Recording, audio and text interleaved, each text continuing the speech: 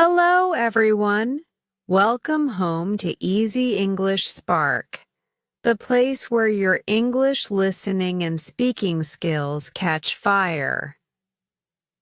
Over the next 10 episodes, from a fresh beginning all the way to wrap up and call to action, we'll guide you step by step through the exact tricks and drills that turn shaky sentences into smooth, confident conversation.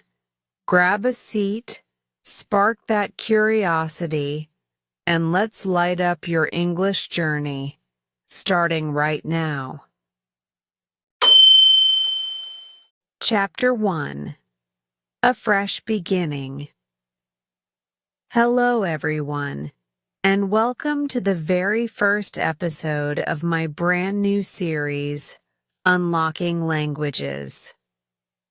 My name is Maya Cole, and today I'd love to take you back to the moment everything changed, the moment I stepped out of the familiar streets of Manila and into the brisk spring air of Toronto to begin the greatest adventure of my life.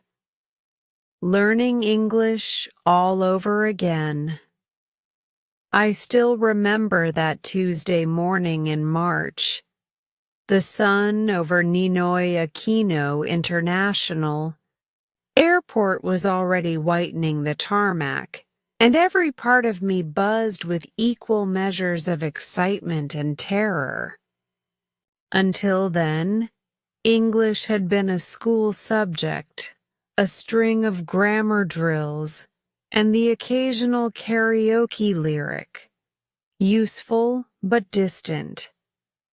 Yet I had promised myself that the next chapter of my life would be written in a new language.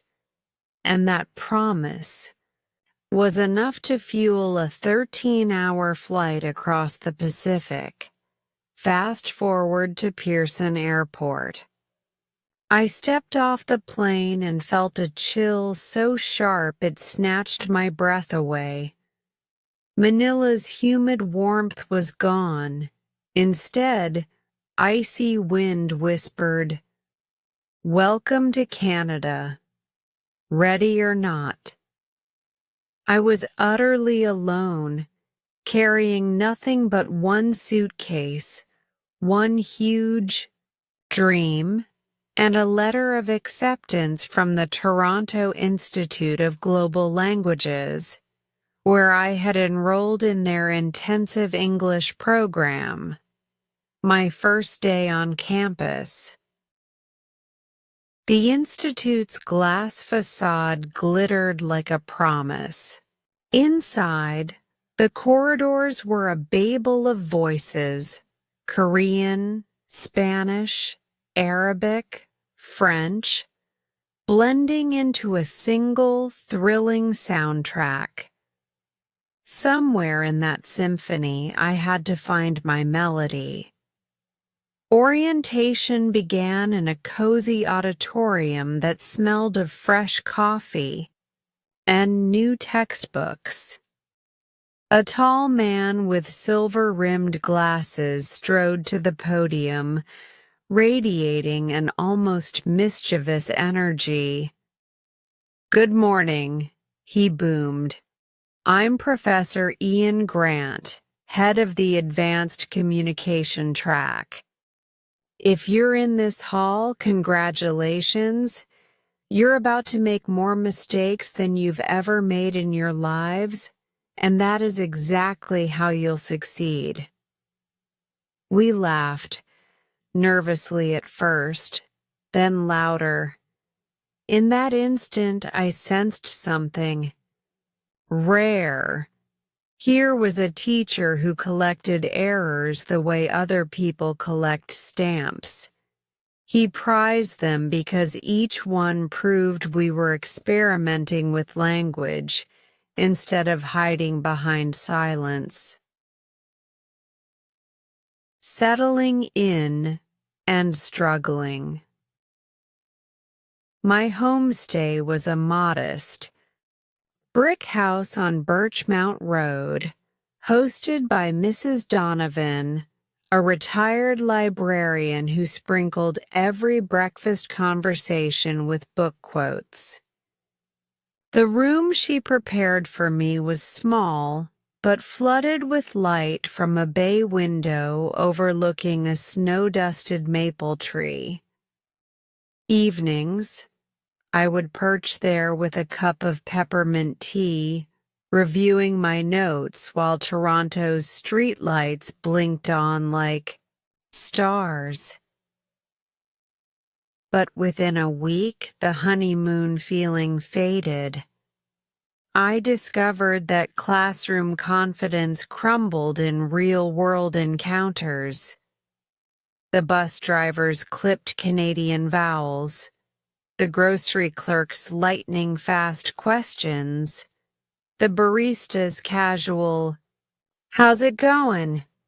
All of it blurred into what felt like one gigantic word I could never parse. I answered too slowly, smiled too hard, and walked away replaying their sentences in my head, translating them 4 times over long after the conversation had ended. Conversation that changed everything.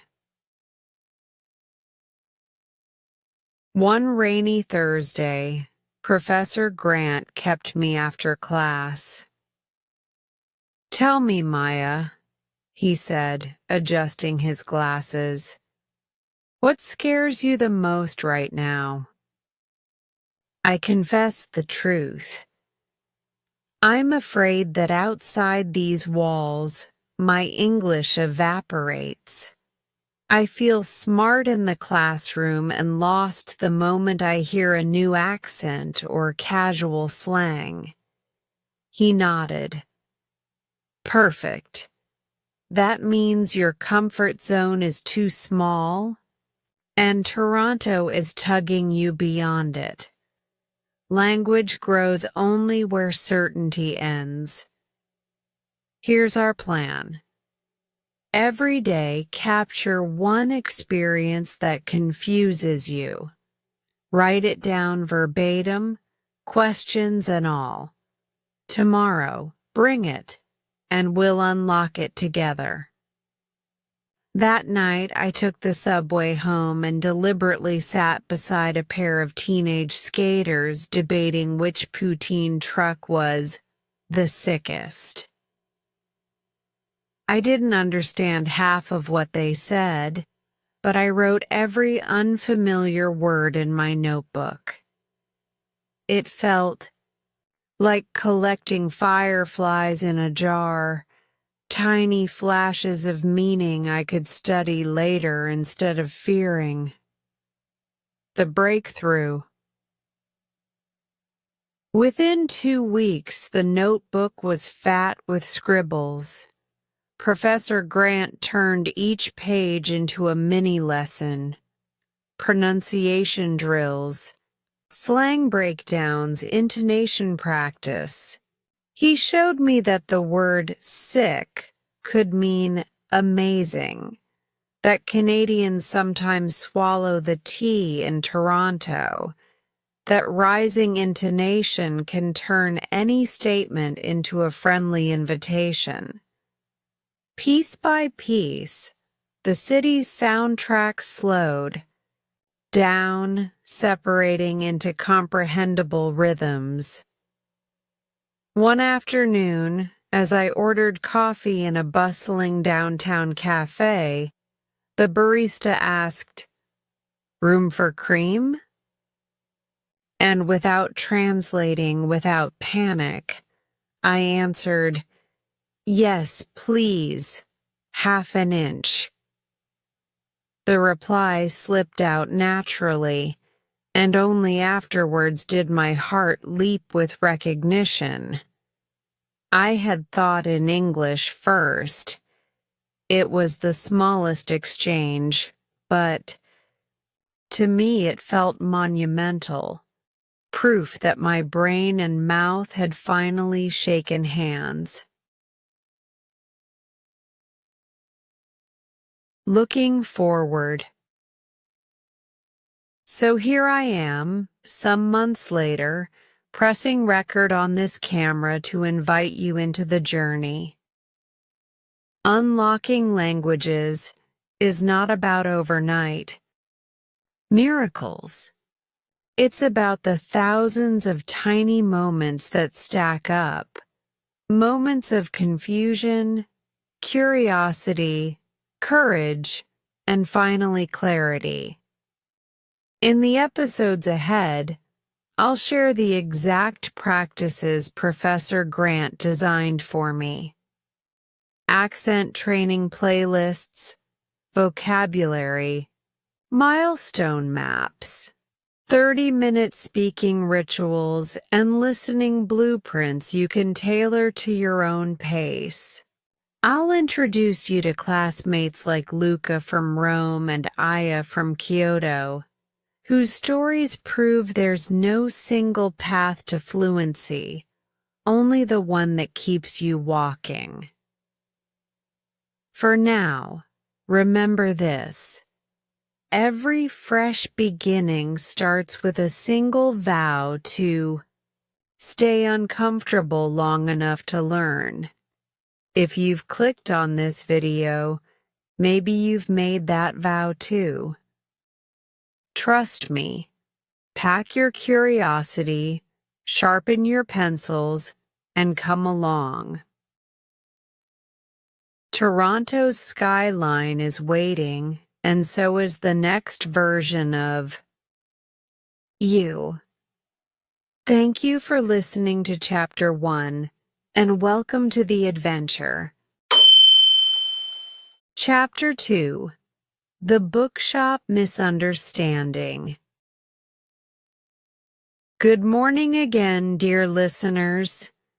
It's Maya Cole, back behind the microphone. Today's episode is about a single, ordinary-looking shift that flipped my confidence upside down and taught me more about accents than any textbook ever could. A slow Monday begins. It was a drizzly Monday in mid-April, the kind of day when Toronto's sky hangs low like wet wool and customers drift into our little independent bookshop cafe mostly for the smell of cinnamon scones and the promise of shelter. I'd been working there 3 weeks, cashing in lattes and bookkeeping practice in exchange for real-life English. At 9:45 a.m., I unlatched the front door, switched the sign to open, and inhaled the comforting perfume of paper and espresso. My manager, Elena Lopez, stood on a step stool alphabetizing the new arrivals. She smiled down at me. "Ready for another calm shift?" she asked. I grinned, tugging my apron strings tight. As calm as books can be. Neither of us suspected that calm would last exactly 42 minutes. The couple enters. At 10:27 precisely, the bells over the door tinkled and in walked a couple, mid-60s, cheeks pinked by the cold. They were clad in matching waterproof jackets, the brand new, tourist kind, beaded with rain. Each held an umbrella folded like an awkward bird. "Morning," the man said, nodding cheerfully. His wife offered a warm smile. I greeted them with my practiced phrase. "Hi there, Welcome to Harbor Light Books. How can I help you today? What followed was a stream of English that sounded familiar, yet fiercely unfamiliar, syllables rolling, consonants soft, the morphing into something like tea. I caught fragments. Perhaps, could ye have two white and something that might have been Ulysses? My brain skidded. Two white? Two white what? Ulysses. Was that a pastry? A children's board book? I stalled with a polite, "I'm sorry, could you repeat that?" He kindly obliged, but the words arrived the same way. A melodic lilt I now know as Dublin Irish English. The more I listened, the more my thoughts tangled. I glanced toward Elena, frozen by the feeling I was failing a test I hadn't studied, for calling for backup. "Just a moment," I said to the couple, then hustled to the back corner where Elena was shelving fiction. "Elena," I whispered, mortified, "I think they're asking for something we don't carry. Maybe? I'm not sure. I can't catch the words."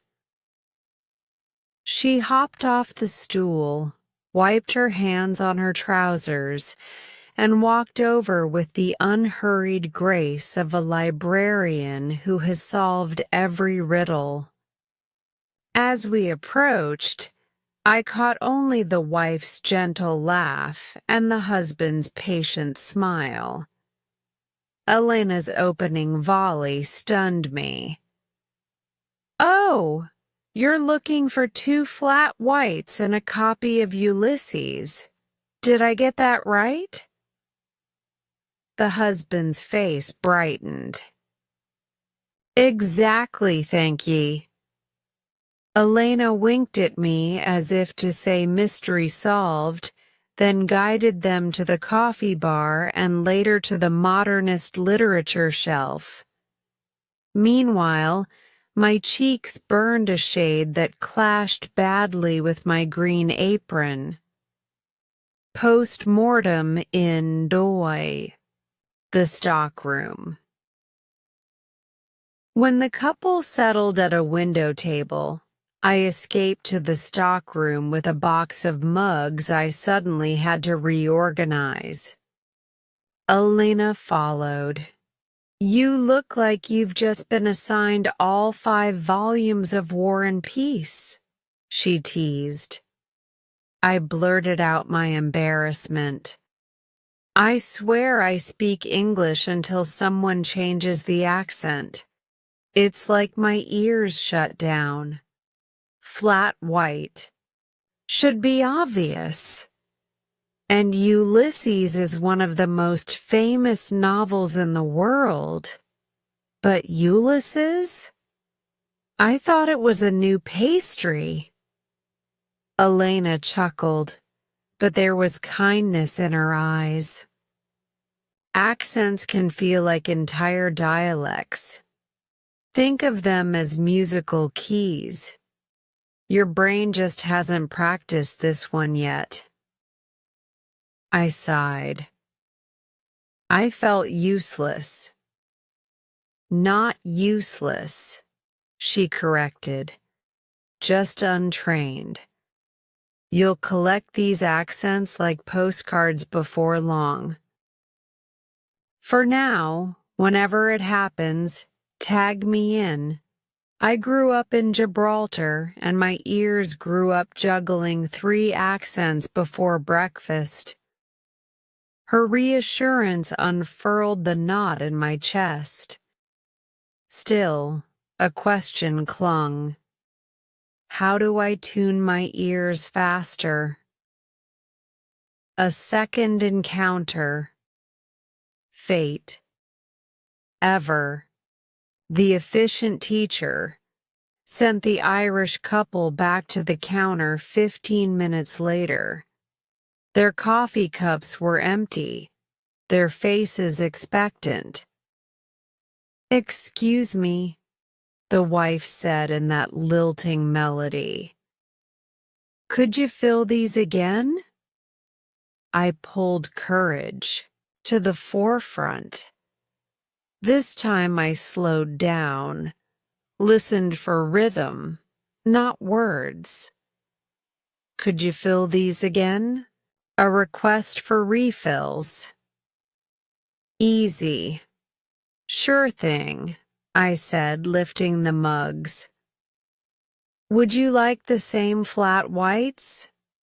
Her eyes twinkled. "Yes, perfect." Victory washed over me in a gentle wave. Nothing dramatic. A small moment, 2 words correctly. Understood, but the triumph was immense.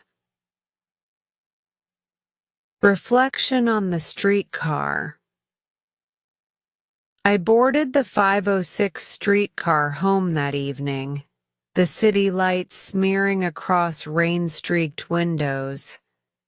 In my notebook I wrote, "Lesson of the day. Accents are puzzles, not roadblocks. Slow the conversation down. Let melody guide meaning. Use every misunderstanding as free tuition." Then I added, "Find Irish podcasts tonight. A promise to turn mortification into muscle memory." The streetcar dinged at my stop. I stepped onto slick pavement feeling taller, armed with a fresh batch of determination and, intriguingly, a craving to read Ulysses, preferably with a flat white. Closing thoughts for the camera, and that, my friends, is the saga behind the Bookshop Misunderstanding. 1 short conversation, 2 flat whites, a classic novel title lost in translation, and a new resolution: to train my ears the way athletes train reflexes. If you've ever frozen in front of an unfamiliar accent, remember this: it isn't a failure of intelligence, it's a gap in exposure. The cure is gloriously simple. Spend time inside the accent. Podcasts, songs, sitcoms, real conversations, anything that lets your brain map new sound patterns. Tomorrow I'll bring you along as I download my first Irish comedy series and test how many phrases I can decipher before breakfast. Until then, keep your ears open, your pride flexible, and your coffee warm. Misunderstandings, it turns out, are just preludes to understanding. Thanks for listening, and I'll see you in the next chapter. Chapter 3: Ears in Training. Hello again, brave language adventurers. It's Maya Cole, back with the next installment of our journey. If Chapter 2 was all about my spectacular stumble with an Irish accent, Chapter 3 is the story of how I turned that stumble into a full-on sprint toward sharper listening skills. Today you'll hear exactly what my mentor, Professor Grant, calls ear gym. Spoiler: it involves playlists, posture, patience, and a pair of 1970s headphones that look like flying saucers. Debriefing the disaster. The morning after the Bookshop Misunderstanding, I arrived at the Toronto Institute of Global Languages with rainwater in my shoes and self-doubt in my pocket. Grant was pacing the front of the classroom like a conductor waiting for the orchestra to tune. "Morning, Maya," he said, spotting the exhaustion on my face before I could hide it. "You look like you spent the night conjugating irregular verbs by candlelight." "Worse," I replied. "I spent it replaying Irish vowels." I summarized the entire fiasco. Flat whites, Ulysses, my brain turning to jelly. I expected sympathetic clucks. Instead, he lit up the way biologists do when someone discovers a new species of beetle. "Excellent," he exclaimed, clapping once. "Real-world confusion. The most nutritious breakfast for a language learner. Let's feed on it." He drew 2 big circles on the whiteboard, intelligible and unintelligible. The first circle he shaded green, the second red. "Our mission," he announced, "is to drag every mysterious sound from the red circle into the green." Ready for the workout? Designing the ear gym. Grant's first principle is FRESH. 5 habits that turn passive hearing into active listening. Frequency. Touch the target accent every single day. Repetition. Re-listen until you predict the next line. Elevation. Gradually raise complexity. Children's shows, then sitcoms, then news, scaffolding. Use transcripts or subtitles only on the first pass. Highlight. Write down 2 new sounds or phrases after each session. He pulled a battered set of retro headphones from his desk drawer.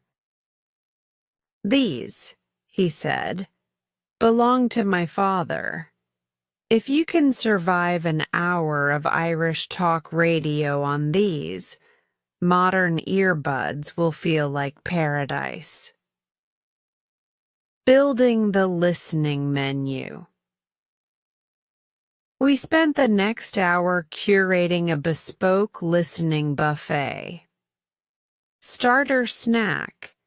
Story time with Granny O'Malley, a gentle children's podcast full of fairy tales read in thick Dublin intonation, slow, rhythmic, perfect for warming up. Sitcom entree. Episodes of Dairy Girls, chosen for its teen sarcasm, rolling R's, and frequent laughter, because humor boosts memory. Talk show main course, The Ray Darcy Show. Mid-pace conversations with callers from every corner of Ireland, accents galore. Dessert binge. Song playlists by Irish indie bands. Grant. Insisted lyrics train melody recognition and let me cheat by singing. Then came an unexpected assignment. Shadowing sprints. I would listen to a 10-second clip and immediately repeat it aloud, matching speed and melody. No pausing to translate, just pure echo. The first week, chaos in stereo. Day 1, at 6 a.m., armed with instant coffee and Grant's alien headphones, I played Granny O'Malley while jogging in place. I managed to shadow exactly 3 words before colliding with my own tongue. Day 2. I tried again on the streetcar. A man beside me eyed me warily as I muttered, "Once upon a time in a wee college," like a possessed tour guide. Embarrassing, but the consonants started vibrating someplace deeper. Not my brain, but my ears. Day 3. I caught myself predicting half sentences on Dairy Girls, usually the swear words. But hey, progress. Day 5. During lunch break, I overheard 2 construction workers discussing 5 feet of rebar. For the first time, I didn't mentally translate 5 to 5. I just understood. The plateau, and a trick to break it. Around day 10, I hit a wall. Dialogues blurred again. My notebook overflowed with odd spellings. Banjaxed, crack, gobsmacked, and motivation dipped. I reported the slump to Grant. He nodded sagely and introduced me to contrast training. We cued 60-second clips of BBC-received pronunciation, Australian drawl, and Irish lilt back to back, forcing my brain to jump between sound systems. It felt like weightlifting for the cochlea. After 15 minutes, the Irish clip sounded clearer, like stepping from fog into morning sun, measuring gains in the wild. Grant's next rule: validation lives outside the lab. So every Sunday, I took my reshaped ears downtown for a field test 1, St. Lawrence Market. I intentionally queued behind customers with noticeable accents and tried to parse their small talk. I caught 70% of a Belfast fisherman's rant about lobster prices. Field Test 2, Trinity Bellwoods Park. I eavesdropped on a group of backpackers arguing over hostel checkout times. When one laughed, saying, "Sure, it'll be grand," I understood both words and nuance. Reassurance wrapped in understatement. Field Test 3. A Friday night folk concert at an Irish pub. The lead singer joked between songs. I laughed in sync with the locals. That felt like passing the secret handshake of understanding.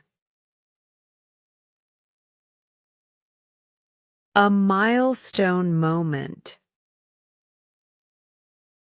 2 weeks after the Bookshop Misunderstanding, destiny checked my progress. The same Irish. Couple strolled back into Harbor Light Books. Raincoats again, umbrellas dripping. "Back for round 2? I greeted, voice steady. The husband chuckled. We were hoping you'd have another 2 flat whites and, if it's not cheeky, copy o' Dubliners this time. Every syllable landed in my brain like crisp subtitles. I even spared a nanosecond to admire the rhythm before replying. Absolutely, I said. Flat whites coming right up, and Dubliners is 1 shelf over from Ulysses. He beamed. Fair play to you, lass. When I carried their coffees to the table, his wife added, Your accent ear's improved, hasn't it? I smiled so wide I nearly spilled steamed milk. I've had excellent coaches. The science behind the magic. That evening, Grant explained what had happened neurologically. Daily exposure triggers neural pruning. The brain carves clearer pathways for new phonemes while letting unused distinctions fade. Essentially, I was rewiring hardware, not just downloading vocabulary. He drew a final chart, my personal ear timeline, marking Day 0, 10% comprehension, panic mode. Day 7, 40% comprehension, high effort. Day 14, 80% comprehension, low effort. Day 30 goal, 90% plus, instinctive response. Keep lifting those audio weights, he said. Your ears are already bench-pressing accents you once found impossible. Take-home blueprint for you. If you want to replicate this ear training program, here's the distilled formula. Pick one accent you currently struggle with. Immerse 30 minutes daily. Podcast, sitcom, talk show. Shadow 5 minutes of speech. Imitate rhythm, not just words. Mix in contrast clips every few days to avoid plateau. Field test weekly. Cafes, markets, online voice chats. Track comprehension % honestly. Celebrate tiny jumps. Do this for 2 weeks and watch red circle sounds migrate to green. Closing the chapter. And that, friends, is Chapter 3. Ears in Training.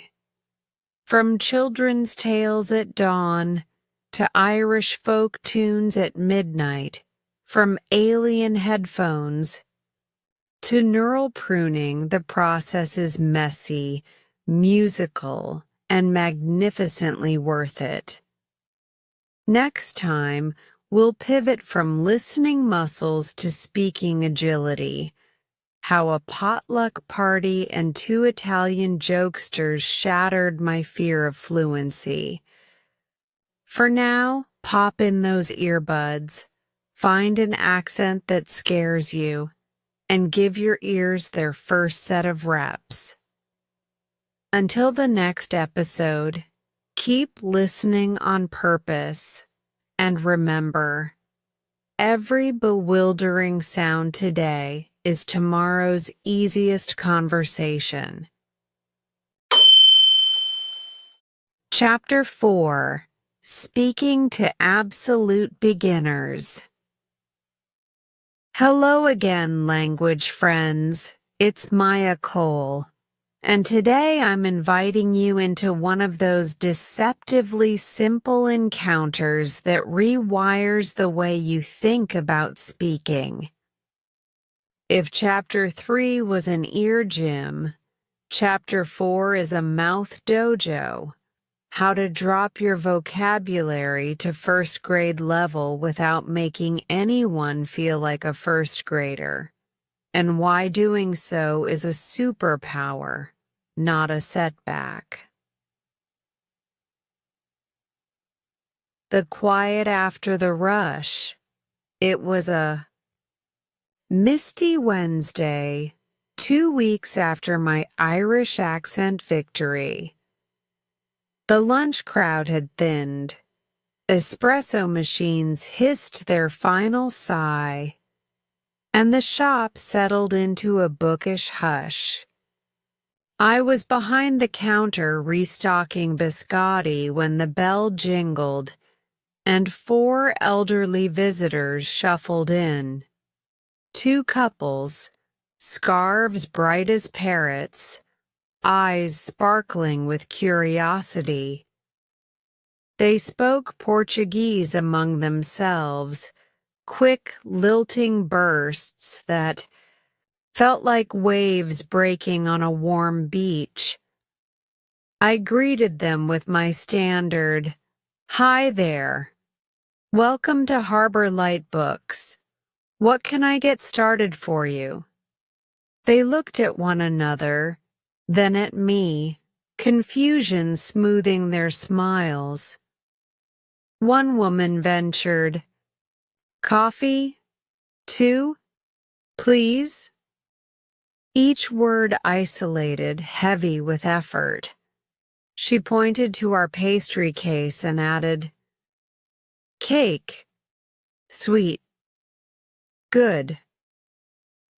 I glanced at Elena, my manager, who materialized beside me like a fairy godmother of customer service.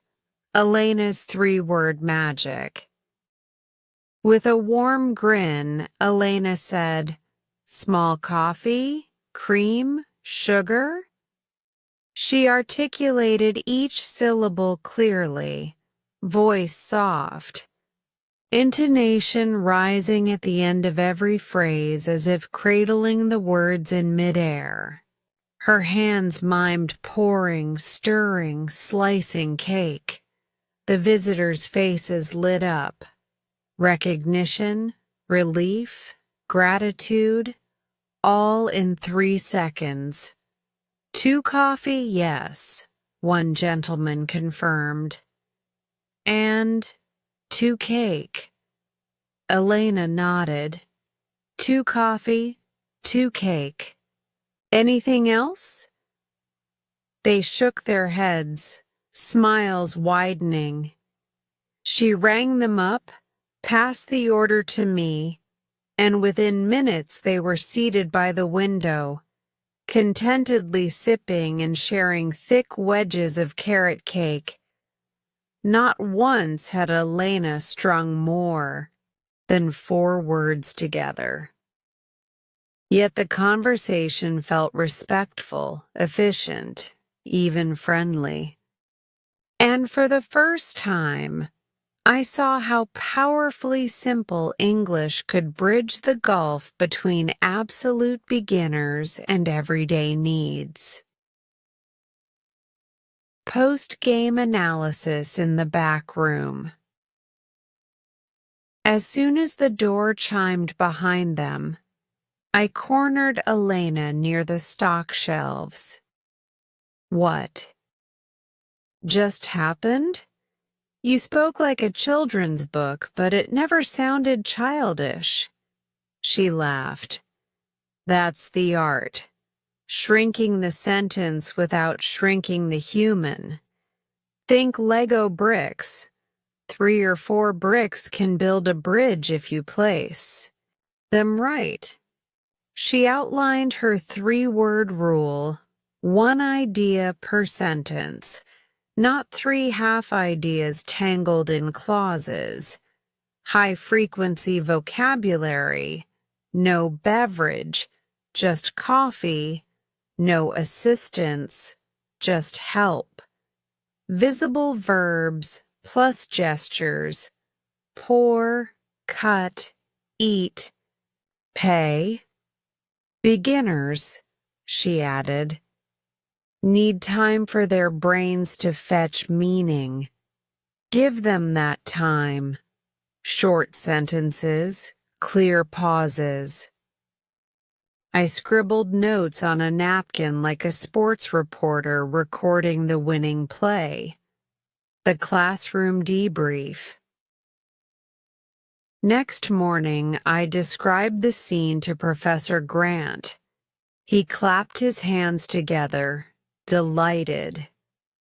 "Excellent field data," he said. "Now, let's formalize what Elena did. Think of a language staircase. Every rung equals roughly 400–500 words. Absolute beginners stand on rung 1. If you're at rung 5, shouting down advanced vocabulary doesn't help. You have to step down and stand beside them." He drew a ladder on the whiteboard. Rung 1, 800 words. Greet, order food, give directions. Rung 3, 600 words. Narrate daily routines, share opinions. Rung 5, 3,000 words. Debate, joke, express nuance. "Your mission," he said, "is ladder shifting. Move down, speak, move back up. The trick is not vocabulary, but structure. Chunk thoughts into 3 or 4 word packets.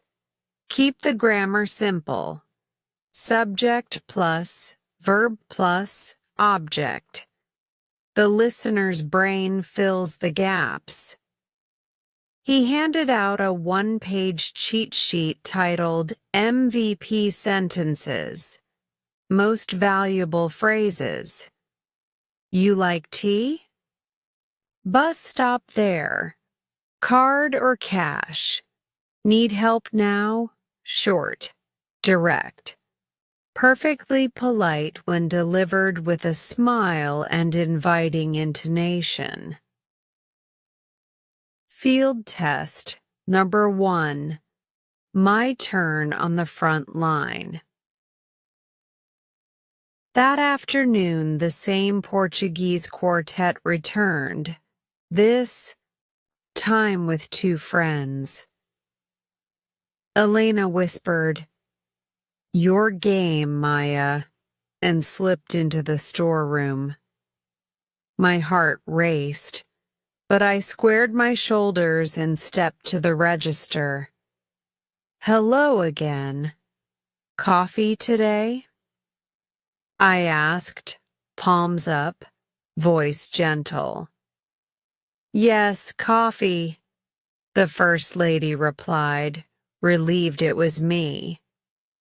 I raised 2 fingers. "2 coffee." She counted, lifted 3 fingers. "3 coffee," I repeated. "Cake also?" Index finger making a small circle toward the pastries. They nodded enthusiastically, slowly, using Elena's formula. 3 coffee, 3 cake.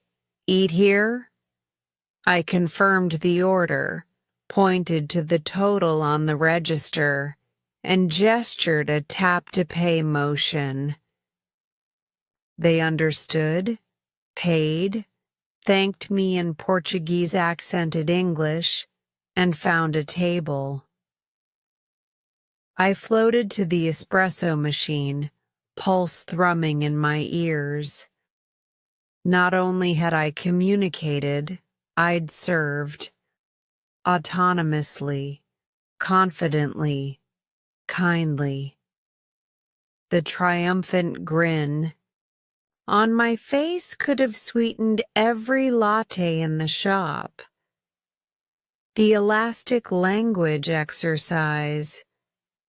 Grant, thrilled by my success, introduced a daily drill called Elastic language. Write a 12-word sentence about anything, e.g., I would like to buy a round-trip bus ticket to Ottawa. Squeeze it to 6 words. I want round-trip ticket Ottawa. Shrink to 4 words. Round-trip ticket Ottawa. Expand to full polite form again, noting how meaning survives or shifts. We practiced in pairs, turning long thoughts into linguistic origami. Soon I could compress complex requests into beginner-friendly nuggets without feeling rude or robotic. Nonverbal power-ups.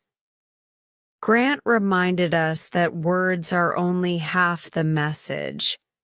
He drilled 3 supplementary tools: gesture, universal, motions, pouring, eating, pointing, anchor meaning visually. Intonation. Upward rise signals a question. Downward drop confirms information. Pacing. 2-second pauses let beginners decode before the next packet arrives. To prove the point, he performed a silent pantomime of ordering pizza that had us all salivating. Communication with 0 vocabulary field. Test N2. Unexpected obstacles. A week later, a tour group from rural Japan appeared right before closing. Their English was fragile but eager. I launched into MVP mode. Welcome. Coffee or tea? Coffee 2. Tea 1. A man answered haltingly. Small, large, hand spanning 2 imaginary cup heights. Small, please. Here or take away? Gesture to seats, then toward door. Take away. Easy. Until one woman pointed at the allergen chart behind me and asked, This cake? Peanut? Her vowels flattened. Cake sounded like keek. I momentarily blanked, then used my notebook. Drew a peanut with a red X and said, No peanut. Her smile could have powered the streetlights outside. Communication. Rescued. And my confidence, upgraded again. The beginner-friendly blueprint. For you. Ready to practice? Here's the trimmed, field-tested formula. Assess the rung. If the listener hesitates after every word, drop to 800-word mode. Use the 3-word rule. Stick to subject-verb-object. Add 1 detail if needed. Gesture intentionally. Point, mime, nod. Physical context short-circuits confusion. Pause 2 beats. Silence is processing time, not awkwardness. Confirm once. Paraphrase in the same mini-structure. 3 T's, no sugar, yes. Celebrate success. A smile seals the deal. Positive emotion cements memory for both sides. Practice by giving everyday instructions, recipes, bus directions, TikTok tutorials using sentences no longer than 5 words. Record yourself. Play it back. Notice how clarity improves when fluff disappears. Closing reflections. Before this chapter, I equated fluent speaking with skyscraper vocabulary. Yet watching Elena negotiate an entire sale with less English than fits on a post-it note flipped that belief. Speaking to absolute beginners isn't dumbing down. It's calibrating, like turning the volume to the listener's comfortable level. The reward? You don't just sell coffee, you sell belonging. And belonging is the finest commodity any cafe or any conversation can offer. In Chapter 5, we'll climb back up the ladder to explore those vocabulary milestones. Professor Grant teased 800 words, 1,600 words, 3,000 words, and why each tier unlocks a new realm of conversation. Until then, grab a notebook, practice the 3-word rule, and go make someone's day with the simplest English you can muster. Thanks for tuning in, and remember, great communicators aren't the people who know every word. They're the ones who know how to choose exactly enough. Chapter 5. Milestones in Vocabulary. Hello again, fellow language explorers. Maya Cole speaking. Today's chapter zooms in on one deceptively simple number: how many words you know. We'll unravel why that number is the key card that opens larger and larger rooms of conversation, how to count it honestly, and how to push it upward without drowning in flashcards. Grab a mug, settle in. This one's dense but delicious. The whiteboard ladder revealed. It started on a rainy Thursday. Professor Grant wheeled in a 6-foot whiteboard ladder he'd drawn the night before. Each rung bore a neatly inked figure and a colored sticky note. 100 words, survival. 600 words, comfort. 0 words, control. 0 words, nuance. 0 plus words, native-like depth. He tapped the first 3 rungs.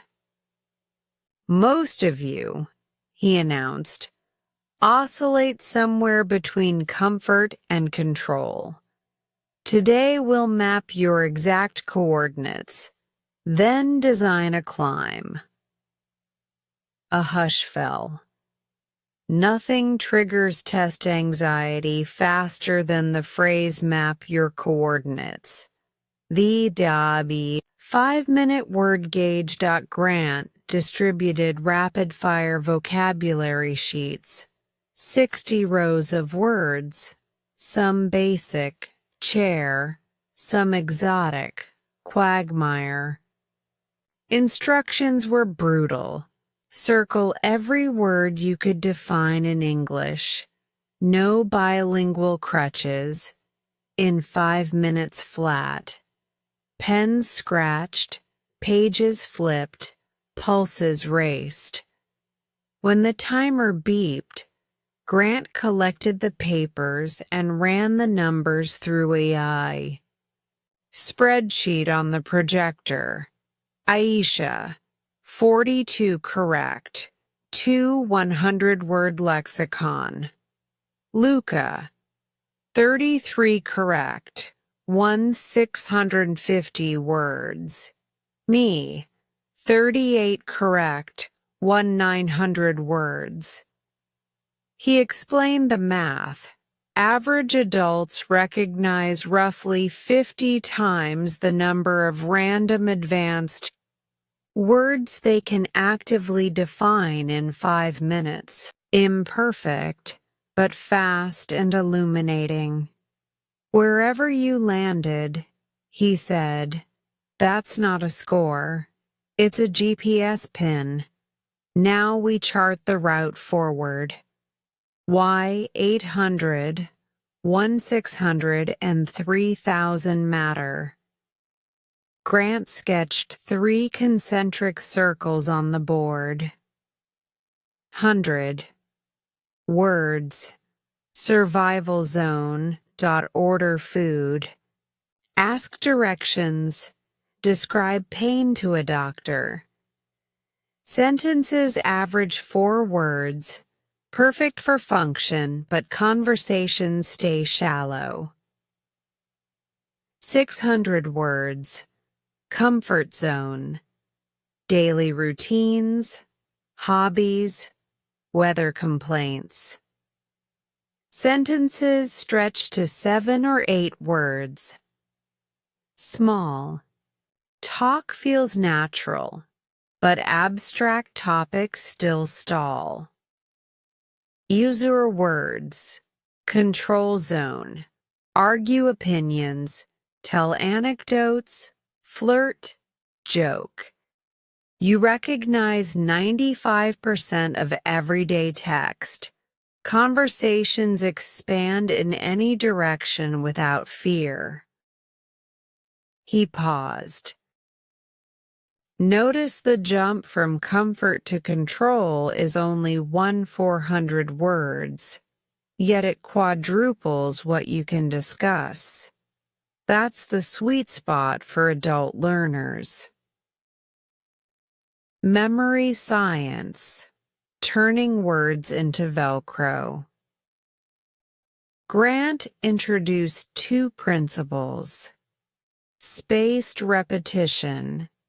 A word reviewed at 1, 3, 7, and 14 days implants twice as deeply as cramming. Semantic hooks. Attaching each new word to a vivid image, personal story, or emotional charge turns it into Velcro instead of Teflon. To prove it, he flashed umbrella on screen, then showed a photo of Rihanna at the 2007 MTV Awards singing in a downpour. Bet you'll never forget umbrella again, he winked. Building the 3,000-word engine, my personal plan. That afternoon, I designed my climb. Daily harvest, 10 words. Jot any unknown word I heard in the cafe or on podcasts. Evening encoding. Enter those words into Anki with an image and a sample sentence I wrote myself. Weekend review. Blitz.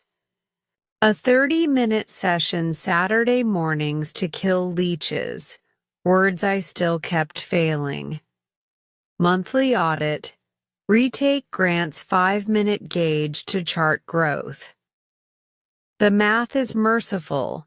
10 solid words a day, x 5 days a week, x 28 weeks, 400 words, the ye. Gap from comfort to control. Field test, vocabulary in action. Week 4 of the plan delivered a perfect trial. A customer from Nairobi spotted things fall apart on our display. Ah, Achebe's masterpiece, he sighed. Absolutely, I replied, surprising myself by using masterpiece instead of great book. We slid into a conversation about post-colonial literature, a topic I'd never navigated before. New words popped out of storage: narrative arc, cultural dissonance, oral tradition. They felt crisp, ready for duty. When he left, my notebook gained 3 more: diaspora, zeitgeist, Bildungsroman, plateau, panic, and the antonym game. By week 8, I hit a plateau. Reviews felt mechanical. Retention dipped. Grant's fix: the antonym game. Pick any new adjective. Fragile. List 3 antonyms without a dictionary. Sturdy, tough, resilient. Craft 1 sentence using all 4 words. Example: he wrapped the fragile vase in a sturdy box with tough foam and resilient tape. That mental tug-of-war rekindled curiosity and doubled my context exposure. Shortcut lists, but use with caution. Online blogs tempt you with top 1,000 words you must know. They're handy, but Grant warned us to treat them as buffet menus, not mandatory checklists. Prioritize words that intersect your life. Real estate jargon if you sell apartments. Parenting vocabulary if you have toddlers. Gaming slang if you live stream. Relevance. Repetition, recall. Reaching the 3,000 milestone. 6 months after the rainy Thursday test, we repeated the 5-minute gauge. My tally: 60 correct, 3,000 words. When Grant announced it, I felt the room tilt. I'd never owned a number so proudly since passing my driving test. Evidence appeared the same evening. An after-work debate about Toronto's transit budget ballooned way beyond buses and traffic. I found myself dissecting infrastructure, priorities, and fiscal transparency with 2 regular customers. No pauses, no hunting for phrases. Control zone achieved. Blueprint for your climb. If you're ready to move rungs, determine your current GPS pin. Use any quick lexical test online or Grant's 5-minute gauge. Set a realistic daily harvest, 5 to 10 words. Anchor every word with an image, anecdote, or emotion. Review on the 1 to 3 7 14 schedule. Spaced repetition apps help. Use the words aloud within 48 hours. Voice note, tweet, cafe chat.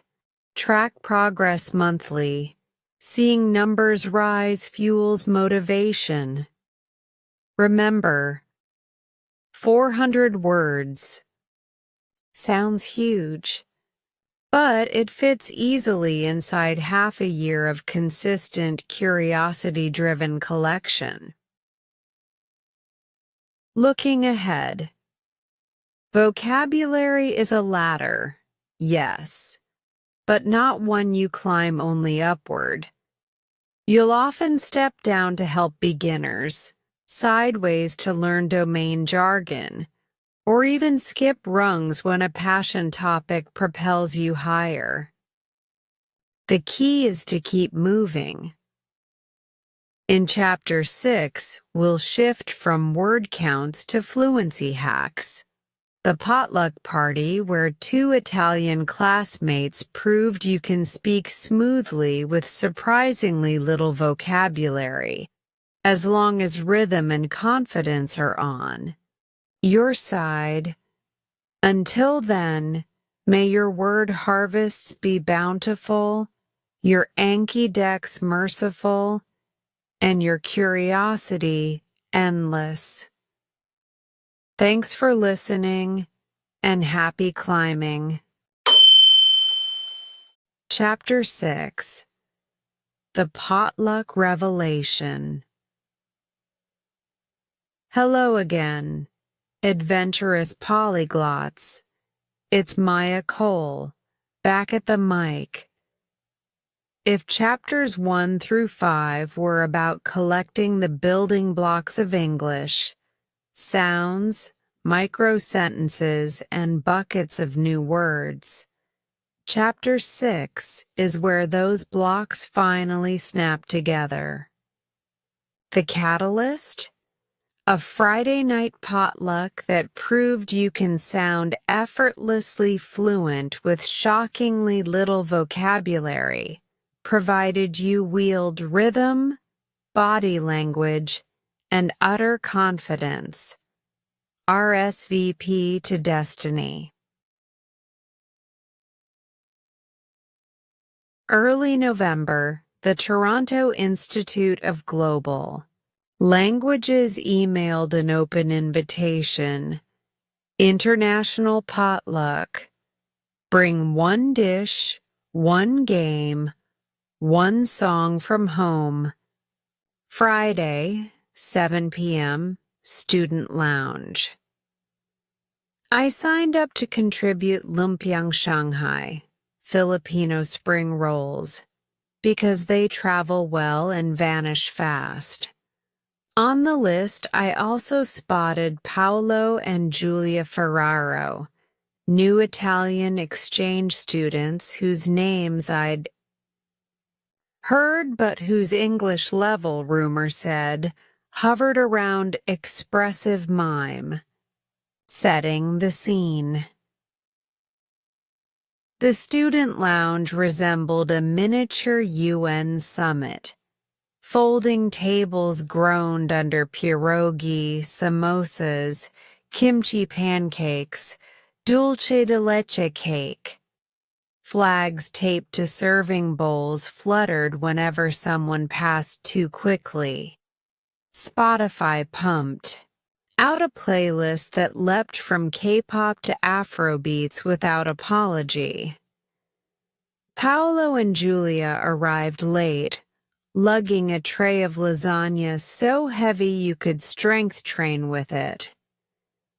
Paolo, curly-haired, perpetual grin, held the door for everyone, repeating his favorite English phrase, "After you, after you." Giulia trailed behind, cheeks dusted with flour, waving a wooden spoon like a conductor's baton. Their English output for the first 10 minutes was limited to, "Yes, please. Plate? Good smell this. We happy eat." And yet they moved through the crowd like celebrities, sparking laughter, high-fiving strangers, making inside jokes with nothing more than intonation and pantomime. I watched, spellbound, and slightly envious. The aha moment. The turning point came when someone produced a guitar and suggested a round of charades plus karaoke. Don't ask. International students invent hybrid games without warning. Paolo volunteered instantly. He strummed 3 chords, then belted the words pizza, pasta, mamma mia in perfect 4-beat phrases, replacing forgotten lyrics with comic sound effects. Bomb ba ba bomb. The lounge erupted in synchronized giggles. Between verses he tossed one-liners like frisbees. Lasagna, Olympic sport, yes? Cold? More wine. Temperature fix. Gesturing at a dim corner string light. Romantic bulb. Discount Paris. Each sentence capped at 5 words. None contained complex grammar, and yet he dominated the room. Why? Because not once did. He paused to rummage for vocabulary. Whatever word he lacked, he compensated with gesture, facial drama, or on-the-spot synonyms. Julia joined in, drumming on a salad bowl, adding commentary in similar staccato bursts. More cheese, life better. Dance break now, come, come. Suddenly, 30 students formed a conga line around the buffet. My 3,000-word lexicon felt heavy and sluggish beside their 900-word fireworks. Post-party debrief with Professor Grant. Monday morning, Grant waltzed into class wearing aviator sunglasses, evidence of his own late-night revelry. So, he boomed, who attended our diplomatic banquet of carbs and chaos? Hands shot up. He pointed to me. Ms. Cole, highlight of the night? I described the Paolo Julia performance. Grant nodded sagely. Class, behold Exhibit A.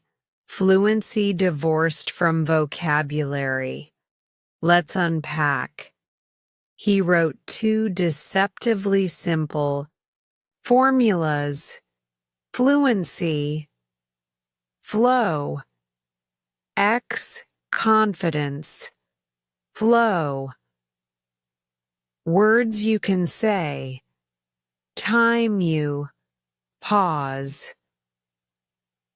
Notice words known don't appear, he said, tapping the board. If you have your pauses, you double your flow, even if your vocabulary stays frozen. Introducing the 30-second flow test. Grant pulled out a stopwatch.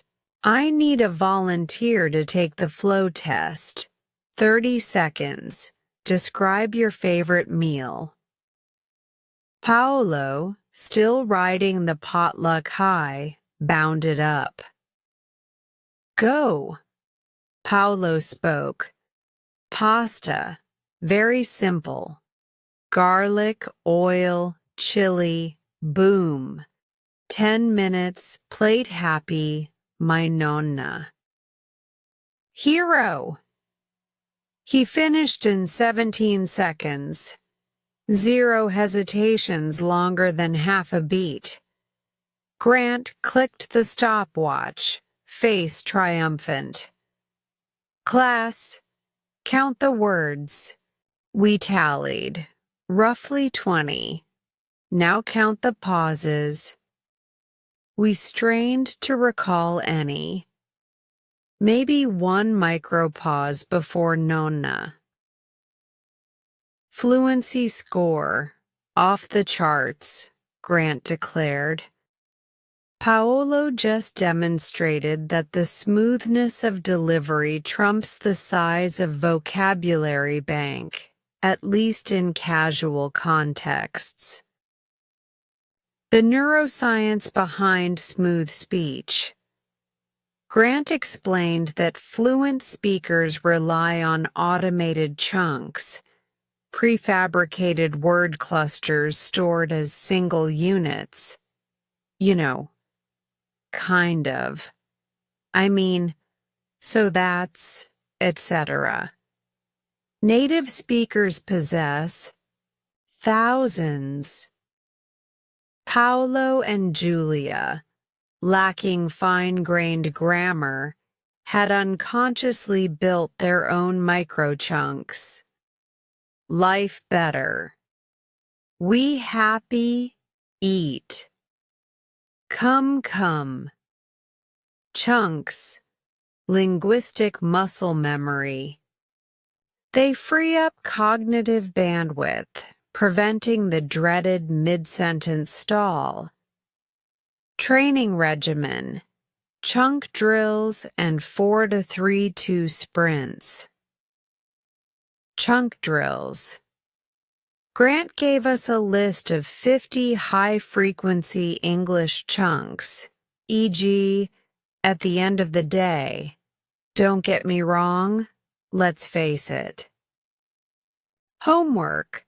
Record ourselves reciting each chunk 3 times with varying emotion. Excited, annoyed, sarcastic, until it rolled off the tongue. 4 to 3 to 2. Sprints. Partner exercise. Pick a mini story. How you met your best friend. Tell it in 4 minutes. Retell in 3 minutes.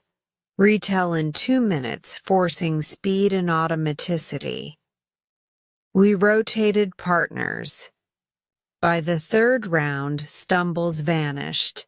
Fillers smoothed, rhythm locked in. Paolo, paired with me, chose the topic making espresso. His final 2-minute rendition was a caffeinated opera of gestures and onomatopoeia. Psh, drip, drip, ah. Utterly captivating. Field validation, street festival edition. 2 Saturdays later, Toronto's Taste of the Danforth Festival filled the air with souvlaki smoke and accordion music. Grant challenged us to conduct fluency missions. Hold. 3 spontaneous conversations of at least 1 minute each. No pauses longer than 2 seconds, regardless of word simplicity. Mission log, mine. Vendor chat, asked about vegan tzatziki. My sentences were basic. This has yogurt? Any without dairy? But the seller replied warmly, and we shared a laugh about lactose intolerance. Felt smooth. Tourist directions.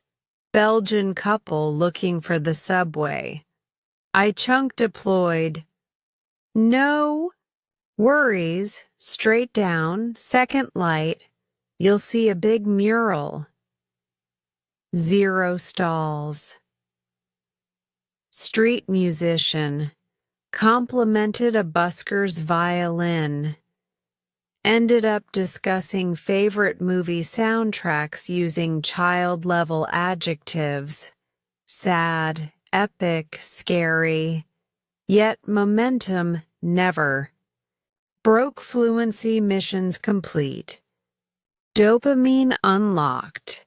Quantifying progress. The pause per minute tracker.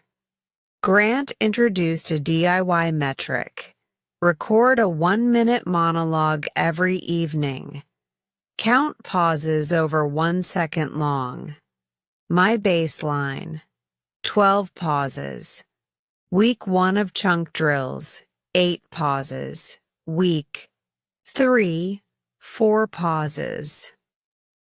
Week 5, 3 pauses. Even while experimenting with new vocabulary.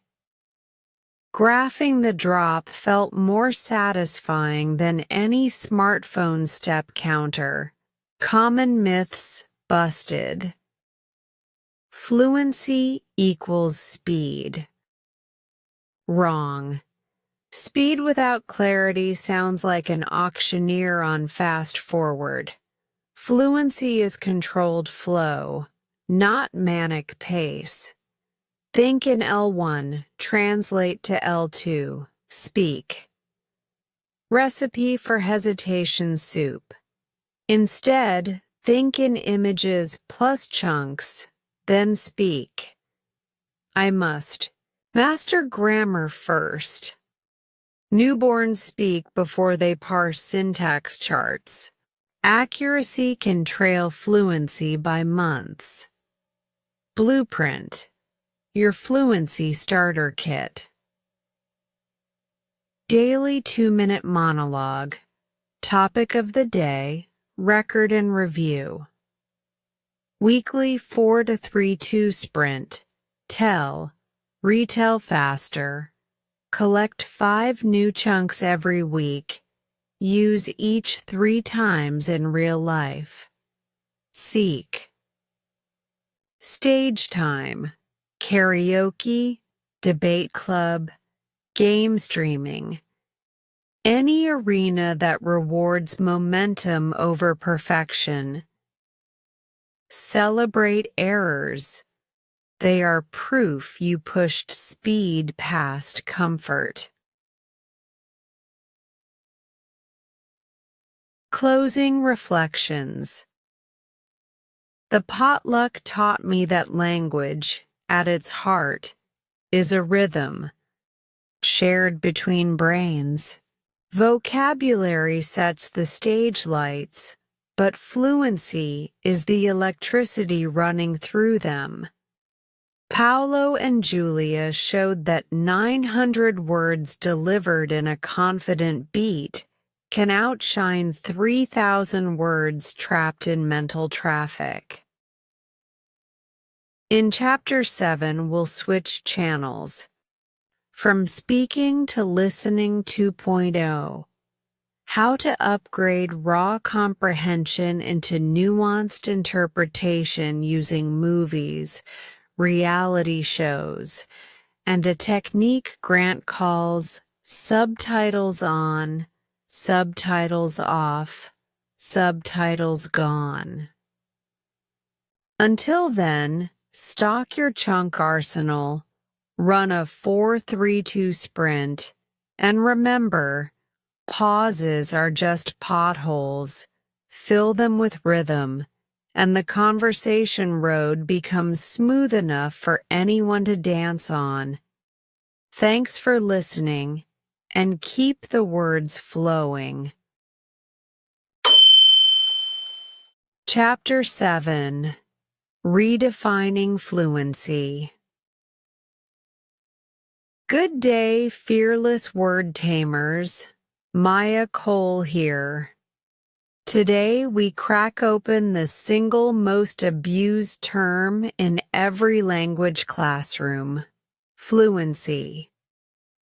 After watching Paolo and Julia steal an entire potluck with fewer than 1,000 words, I marched into Monday's class certain Professor Grant would pin a gold medal on them and send the rest of us to vocabulary detention. Instead, he held up a mirror and asked us to rethink what fluent truly means. Buckle up. This chapter is long, dense, and possibly life-altering.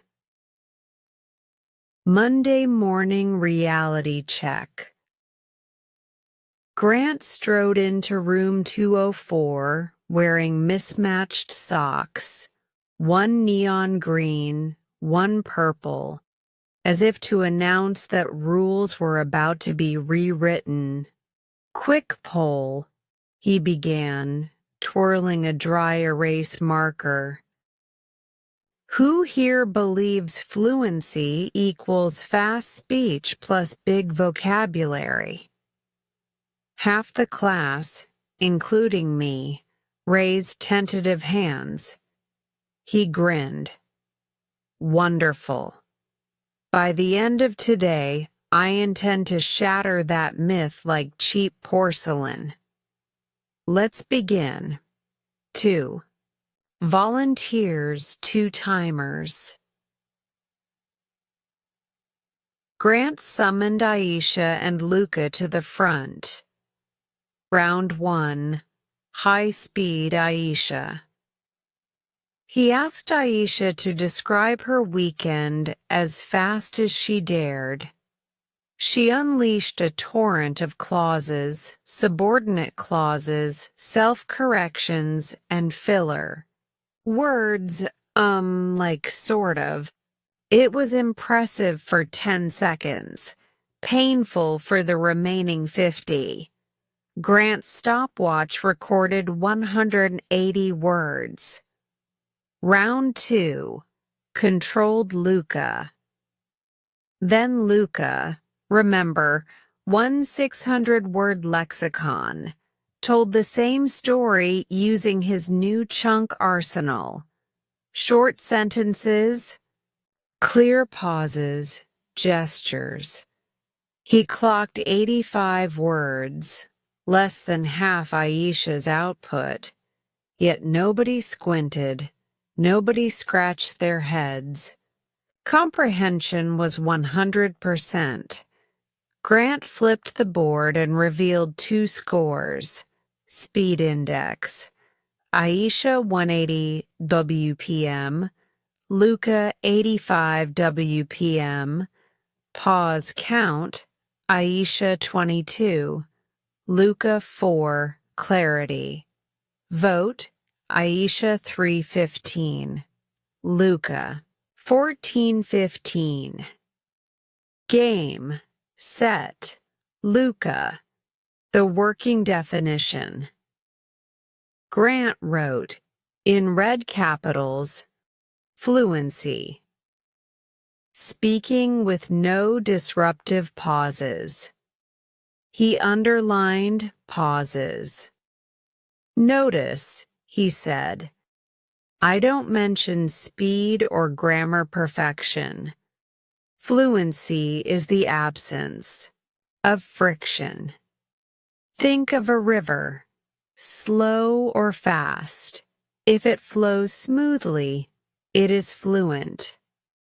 The gear shift analogy. Grant compared fluent speech to driving a manual car through city traffic. First gear, conceptualization. Decide what you want to say. Second gear, formulation. Select words and structures. Third gear, articulation. Send instructions to lips, tongue, jaw. Beginners grind gears between each stage. Advanced speakers slip gears automatically. Fluency.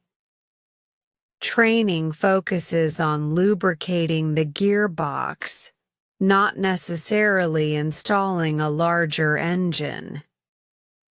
Diagnosing our own gear grinds. Grant asked us to record a 60-second extemporaneous monologue on our phones, then mark every pause longer than 1 second. Results: student pauses, dominant gear grind. Maya 7 formulation. Aisha 5 articulation, self-corrections. Luca 2 conceptualization, choosing topic. Grant named the exercise pause mapping and told us to repeat it weekly. If the pause count drops, your fluency rises. Simple. 3 pillars of friction-free speech. Preloaded chunks. Store multi-word units. You know what I mean? As far as I'm concerned, let me think. They buy milliseconds for thought. Automated grammar. Drill high-frequency patterns until muscle memory kicks in. If I were you, have you ever? The reason I. Articulatory muscle tone. Shadow native audio to strengthen mouth muscle pathways. Grant compared it to playing scales on a piano. Unsexy, but non-negotiable. The 30-minute prescription, revisited. He revived the rule teased back in Chapter 3. 30 minutes of intentional speaking per day, no exceptions. But he refined it into 3 10-minute segments. Chunk chorus, recite, sing, or rap fixed expressions. Free flow, talk to a mirror, pet, or voice memo about anything.